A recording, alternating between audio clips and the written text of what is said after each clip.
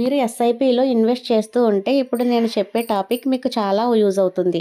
అదే ఎస్ఐపిలో రిస్క్ తగ్గించే పద్ధతులు. Hello investors, welcome to my channel.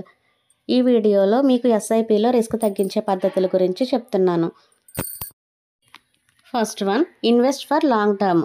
ఎస్ఐపిలో short term మీరు ఎంచుకుంటే రిస్క్ చాలా ఎక్కువగా ఉంటుంది. కనీసం 7 నుంచి 10 సంవత్సరాలు లాంగ్ టర్మ్లో పెట్టుబడి పెట్టుకుంటే రిస్క్ తగ్గుతుంది. Second one, diversify your SIPs. ఒకే ఫండ్లో కాకుండా ఈక్విటీ, డెప్ట్, హైబ్రిడ్ ఫండ్స్లలో పెట్టుబడి పెట్టుకోవాలి. ఇలా చేస్తే లాస్ వచ్చే ఛాన్సెస్ తక్కువగా ఉంటాయి. Third one, stay consistent. Market down అయినప్పుడు కూడా ఎస్ఐపిని స్టాప్ చేయకండి.